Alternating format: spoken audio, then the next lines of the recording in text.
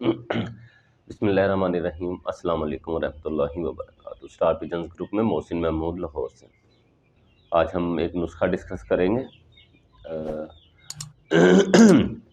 وساخ میں کبوتر اڑانے کے حوالے سے۔ بہت زبردست قسم کے نسخے ہم شیئر کیا کریں گے جو افیکٹو ہوں گے اور سستے بھی ہوں گے۔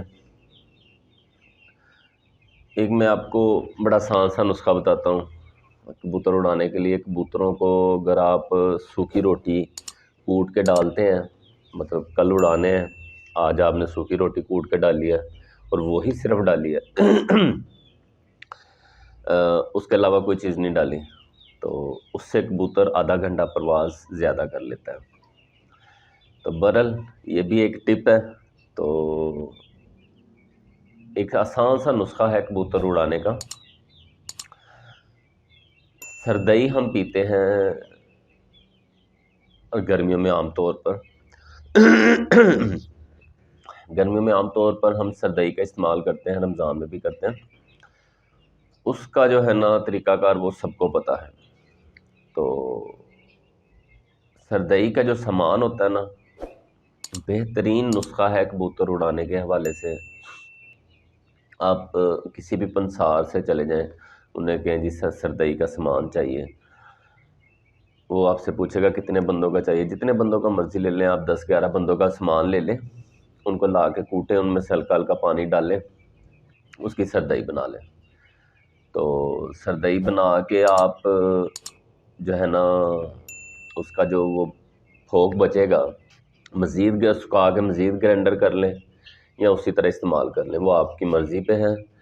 تو اگر آپ اس کی سردئی نہیں بھی بناتے ہیں، اس کو اسی طرح یوز کر لیتے ہیں، اس کو اسی طرح پاؤڈر بنا لیں، کوٹ لیں کیونکہ اس کے اندر الائچی ہوتی ہے، اس کے وہ چھلکے بھی ہوتے ہیں، چھلکے آپ نکال بھی سکتے ہیں۔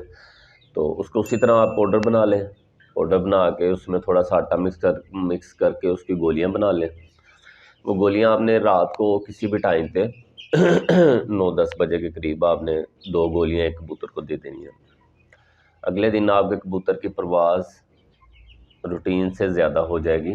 یہ جتنے بھی نسخے ہیں بھائی، جتنے بھی نسخے ہیں، میں نسخے سب سے پہلے آپ کو یہی بتاؤں گا، جب بھی آپ نے کبوتر کو نسخہ لگانا ہے بازی کے لیے، اس سے پہلے آپ نے اس کی پھرتیں لینی ہے، پھرتوں میں آپ نے وہ نسخہ اس پہ اپلائی کرنا ہے۔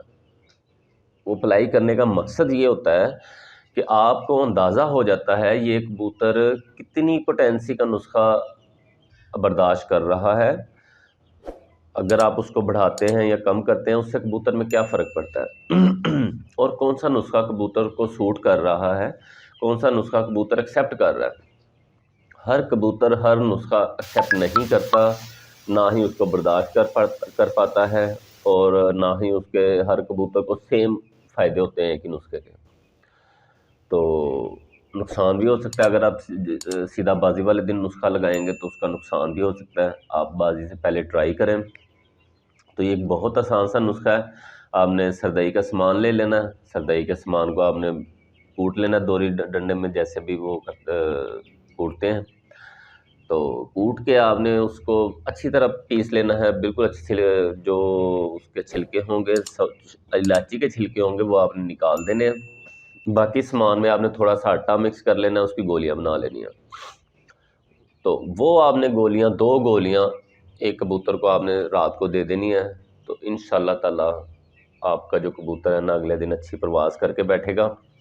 تو واپسی پہ بھی آپ نے اس کو چونچ لگوانے کے بعد 10-15 منٹ بعد جب دانہ بھورے ڈالنے ہیں بادام والی روٹی کے، تو وہی گولیاں آپ نے واپسی پہ بھی دے دینی ہیں 2۔